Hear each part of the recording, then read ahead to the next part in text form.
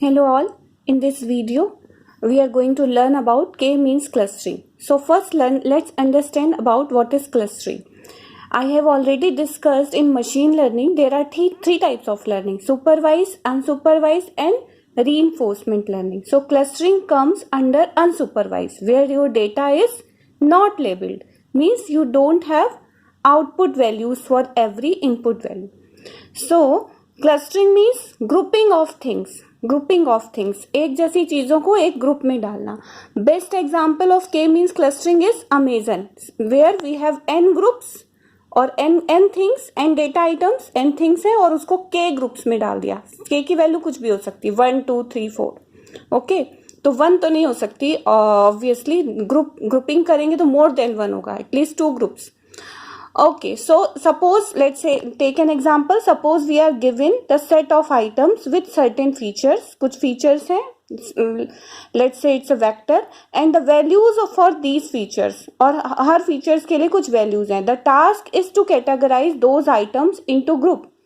And our idea is to categorize those items into groups. Means उन items को groups में डालना, clusters में डालना. To achieve this we will use clustering algorithm.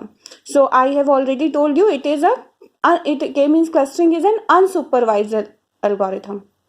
So clustering is an unsupervised. Firstly, let me define clustering. What is clustering? It is an unsupervised learning technique, or it is a task of grouping together a set of objects in a way that object in same cluster are more similar to each other than to object in other cluster. Means ऐसे group करना कि एक तरह के object एक cluster में आ जाए और दूसरे तरह के ऑब्जेक्ट दूसरे क्लस्टर में आ जाए. जैसे मैंने नीचे ये क्रॉस और जीरो थे, तो क्रॉस K1 क्लस्टर, 2 क्लस्टर बनाए, K1 K2, क्रॉस सारे आ गए K1 में और जीरो सारे आ गए K2 में. तो वाई इट इज कॉल्ड के मीन्स क्लस्टरिंग. ओके, सो ये ग्रुपिंग करने के लिए, क्लस्टरिंग करने के लिए हम के मीन्स क्लस्टरिंग एल्गोरिथम यूज करते हैं. अब इस के मीन क्लस्टरिंग एल्गोरिथम को के मीन्स क्यों बोलते हैं? To achieve this K means looks for a fix number of K clusters in a data set. Okay, because K क्यों बोलते हैं? के तो समझ में आया कि एक fix number of cluster use कर रहा है. के की वैल्यू, सपोज जैसे मैंने पिछले एग्जांपल में देखा, 2 क्लस्टर थे, एक में क्रॉस था, एक में जीरो था. Means you will define a target number के which refers to the set number of centroid you need in the data set. I will give another example in my another video. I will give a numerical on k-means clustering. Then you will definitely understand what this centroid is.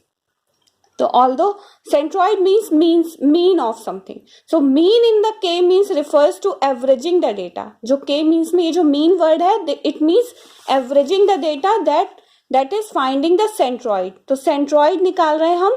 तो what is algo about? तो क्या करते हैं? First initialize the k point called mean randomly. सबसे पहले k की value initialise करेंगे. कैसे इनिशियलाइज करेंगे? अपने मन से ले लेंगे कि हमें 2 ग्रुप्स में चाहिए डेटा, या 3 में चाहिए, या 4 ग्रुप्स में चाहिए.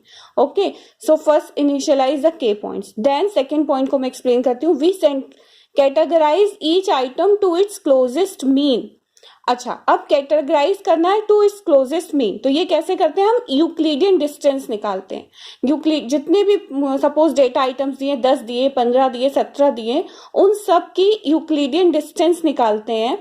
और जो हमने सेंट्रॉइड माने होते हैं के पॉइंट, सपोज 2 वैल्यूज, के की वैल्यू 2 दिए, उसमें K1 की वैल्यू होगी कुछ, K2 की सेंट्रॉइड की वैल्यू.